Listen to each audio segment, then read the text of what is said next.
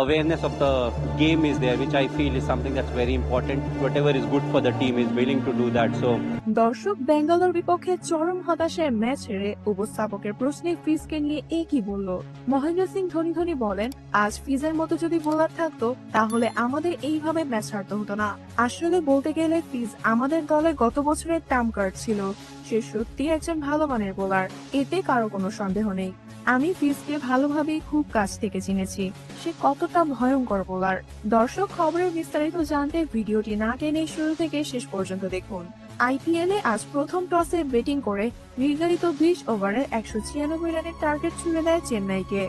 জবাবে দর্শক, এদিন চরম ব্যর্থ হয় চেন্নাইয়ের সকল ব্যাটাররা, যার ফলে 146 রানে গুটিয়ে যায় ধোনিরা।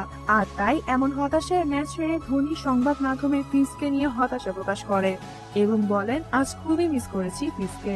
আজ যদি ফিজ থাকতো তাহলে এমন হার দেখতে হতো না।